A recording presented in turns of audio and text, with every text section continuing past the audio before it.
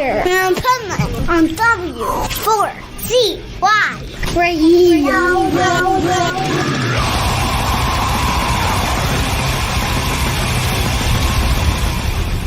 Wake up, America!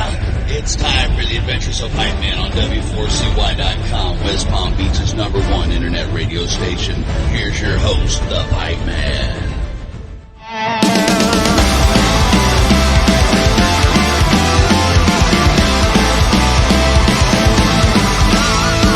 Blood and mad mixed with dirt, the dragons do. Fields of bodies turn to ash and sinew. Horrors all around us, hunter on a trail, mortal weapons. This is the Pipeman here on the Adventures of Pipeman W4CY Radio, and I'm here with our next guest who has some killer music that I think we kind of need nowadays with all the bull crap going on in the world. We need an escape, and this is it. So let's welcome to the show Shaughnessy of Siege Perilous. How are you?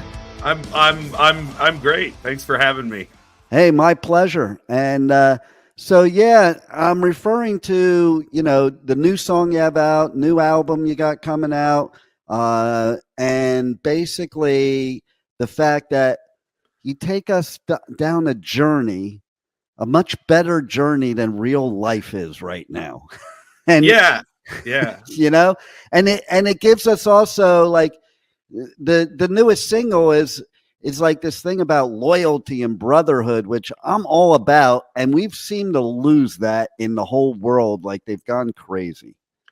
Yeah, I mean that's always been my biggest kind of draw to this genre of music. I mean, from the time I was a teenager when I first kind of started experiencing old school heavy metal and power metal, like the escapist element, but then also the themes, right? Like it's themes about like courage, brotherhood, like all of these like super positive things, and I really like grasped onto that, and I'm really excited to be able to contribute some of my own music, and most importantly, like the music that my friends have helped make. I mean, this was primarily written by our guitarist. I did the lyrics and things like that, but I love how much we work together, especially when you're writing songs about brotherhood. It'd be weird if it was just one guy.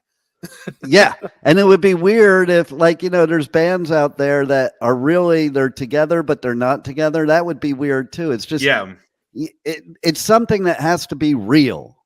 I think about like Fleetwood Mac, and how they played together for years, but they would not talk to each other off stage. It was like, so weird. How could you? I mean, I guess you could do it because you're making a crazy amount of money, but but I think in terms of the enjoyment of making and performing music, like I always have to be in bands with my friends. I feel like that's a rule. Now, I could potentially join another band and become their friends, and maybe not start out that way, but like I couldn't do that like for the long term with people who weren't like super close to me. I think the music also suffers when you do that. So I agree with you 1,000,000%. Number one, this industry is hard enough as it is.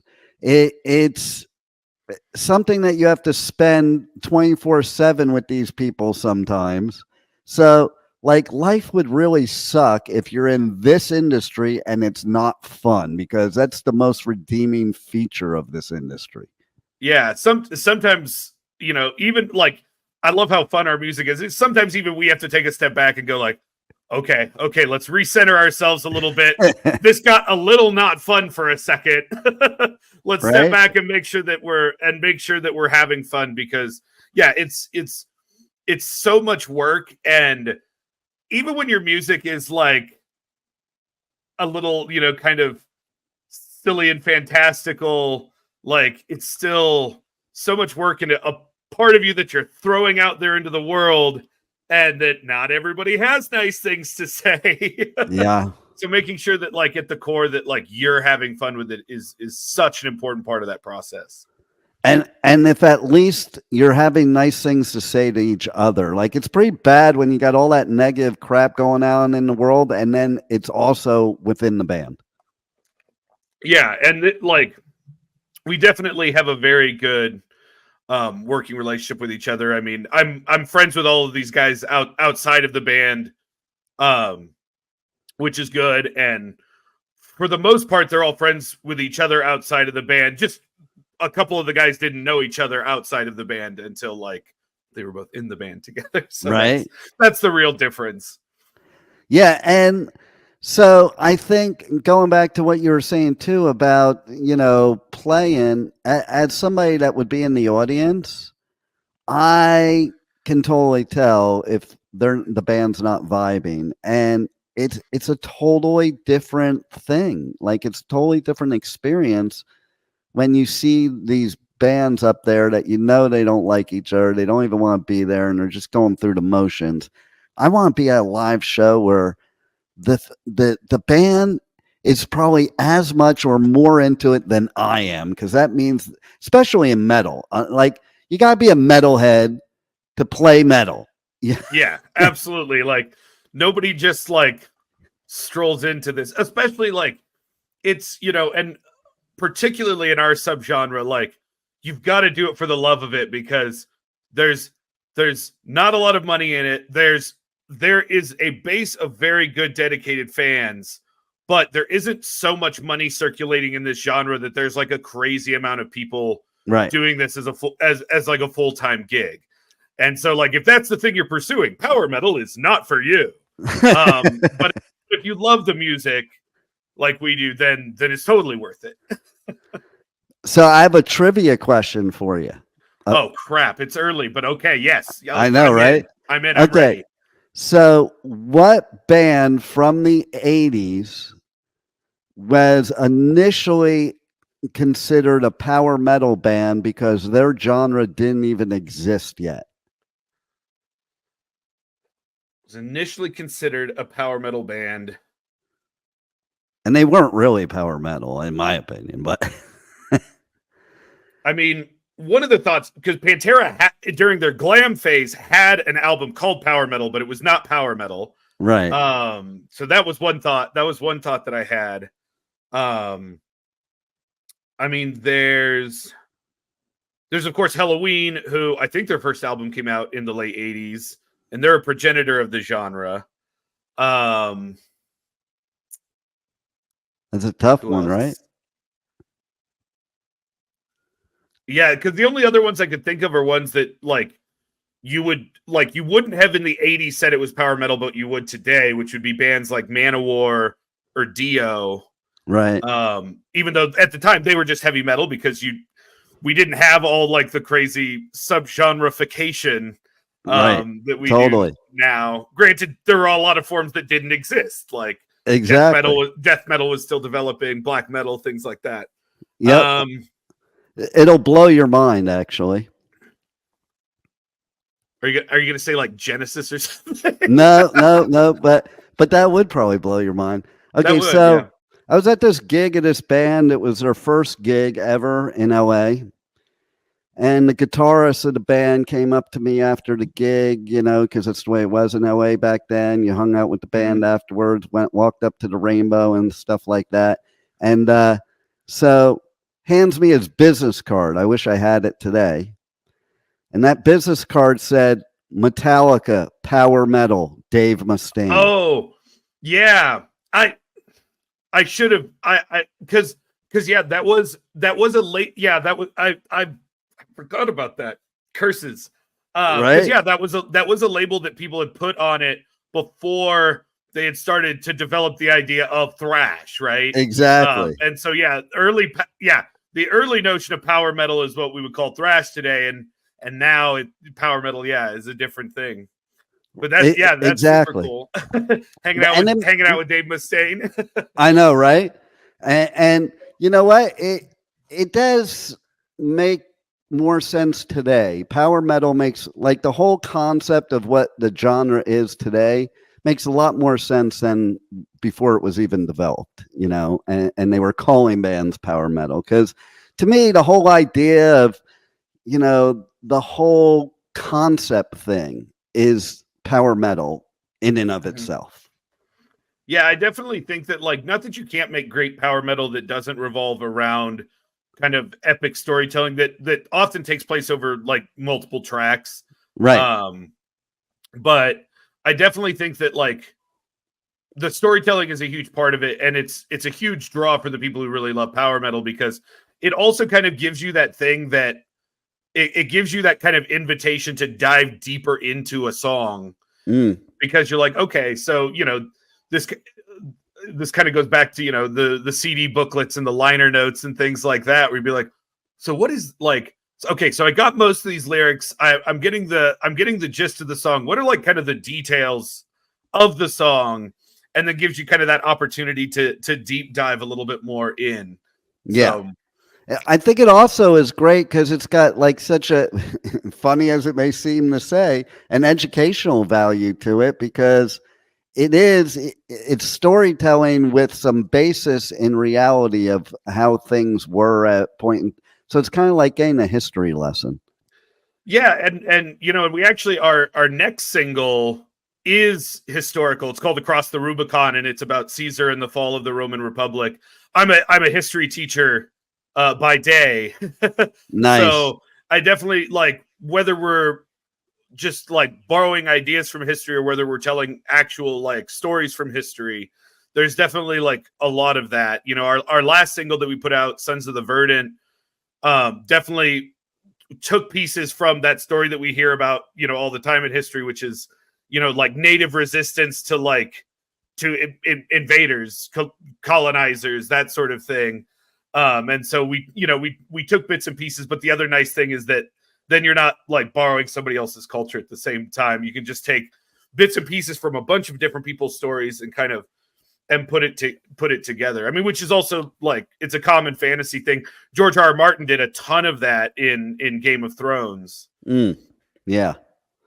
And I think it's interesting too, like the misconceptions of metal throughout the years, because people think it's just about, death, destruction, evil. And really, even if you take some of the most evil bands, or evil perceived, Slayer as an example, Hanneman was a total history nut, especially when it came to World War II. So most of their songs are all about World War II. And if you really read the lyrics, that's the problem out people outside of metal, is they hear these things, but they don't take the time to really read the lyrics to find out that it's not really about death and destruction. It is, but it's against it, not for it in a lot of cases. Yeah, I mean, thinking about, Megadeth, right? Like, peace sells, but who's buying? There was a great interview a few years ago with Nico McBrain from Iron Maiden, because he had kind of become a born again Christian. They were asking him like, well, do you feel comfortable playing songs like Number of the Beast? He's like, well, Number of the Beast is an extremely Christian song, because all it really is saying is like, look at how the devil corrupts the souls of mankind. Like, that's what it's about. It's not necessarily like, yay, Satan. I mean, there is metal like that, and there is some of that is really, really good. Right. But most of it, you're right. Like, it's when they're talking about these negative things, it's to point them out negatively, sometimes with maybe a layer of irony that not everybody gets, and maybe that's where some of the confusion comes in, I think. Well, I love that you used Maiden as an example, because that song in particular has quotes from the Bible. Oh yeah, it starts off with, they kind of mash some different verses from Revelations together. Woe to you, O earth and sea. Exactly. Yeah. Totally. So tell everybody how they can check out the latest single. It's badass, Oathsworn, and your upcoming EP, Creation's Call, coming out August 23rd, very soon. Very exciting. So let's tell everybody how they can pre-save the album, pre-order it, or just connect to you on socials, connect on the web, all that good stuff. Yeah, so pre-saves for everything should be up right now on Spotify.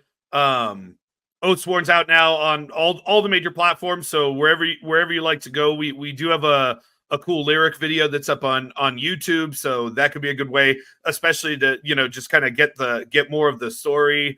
So we've got Oathsworn out now. We've got Across the Rubicon, which comes out July something. July,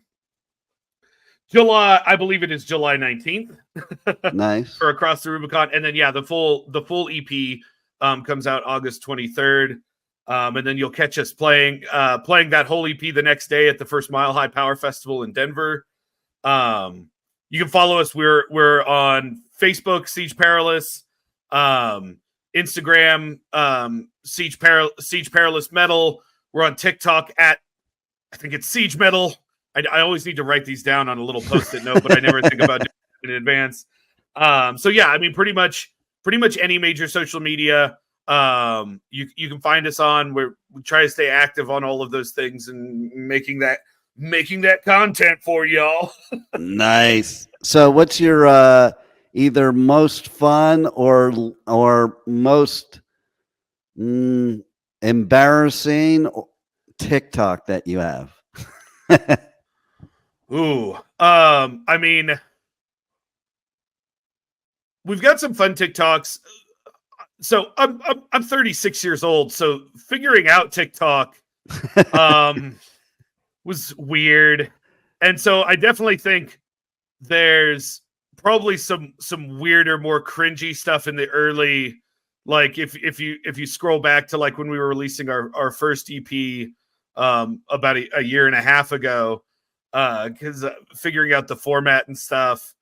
And I always find it super weird what works and what doesn't. Like I did for Sons of the Verdant, we did what I thought was some great content. We were kind of running around the woods. I'm wearing elf ears, doing bits from the song. I thought that was really fun. And those pieces didn't do super great. And then the other day for Oathsworn, I was just literally in the parking lot about to go into the gym and did some stupid lip syncy stuff.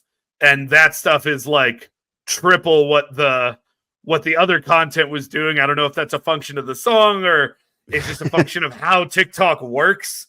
I still feel like I'm in that phase where I'm just throwing stuff at the wall and trying to see what sticks. It is kind of the game with all of them, right? They Yeah. change the algorithms that you got to play this game. But it does feel weird, doesn't it, to be a millennial and be kind of outdated in that arena? Yeah, I mean the nice thing is we play music in a subgenre that skews a little bit older. Like I mean when I looked at like our Spotify numbers and stuff for Sons of the Verdant, like our biggest age demographic was 45 to 59. I was gonna say power metal's like definitely. I'm a Gen Xer, so it's definitely a Gen X thing, and maybe you could even say boomer thing.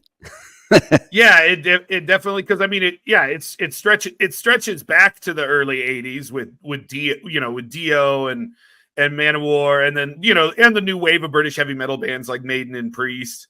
Yeah, like I wouldn't say that they are power metal, but you can't have power metal without them.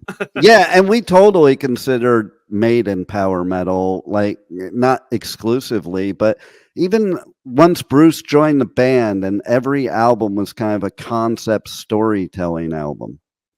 Yeah, I definitely think that like that was such a huge thing that Maiden and Dio really brought to the table, because you don't like. I guess Judas Priest has done some of those, but I think the ones of those that they did were post 1990. I don't think any of their albums from the 80s had that had that kind of conceptual vibe to it.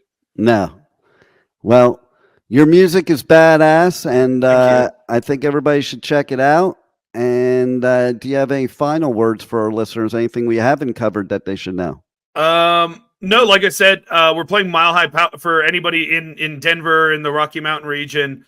We got the first inaugural Mile High Power Festival on August 24th.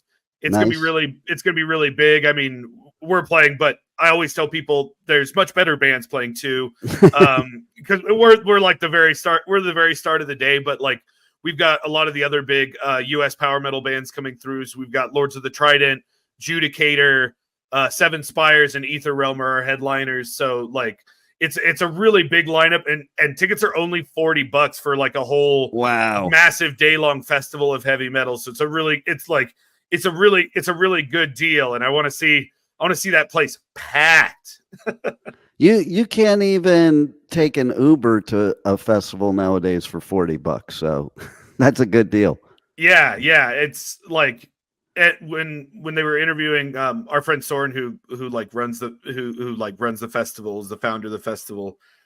The people that interview him, they're like, "Is it really only $40?" Because usually it'd be 2 or 3 times that, and it is an amazing lineup of bands. So love it. Well, really excited for that. Everybody will have to go check that out for sure. And thanks for giving us great music, and thanks for being on the Adventures of Pipeman. Well, thanks for listening, and thanks for having me. Thank you for listening to the Adventures of Pipeman on W4CY Radio.